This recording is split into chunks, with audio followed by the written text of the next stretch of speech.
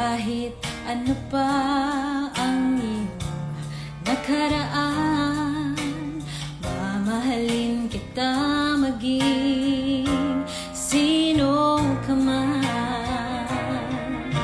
Mahal kita pagkat mahal kita. Iniisip nila ay hindi mahalaga. Mahal kita maging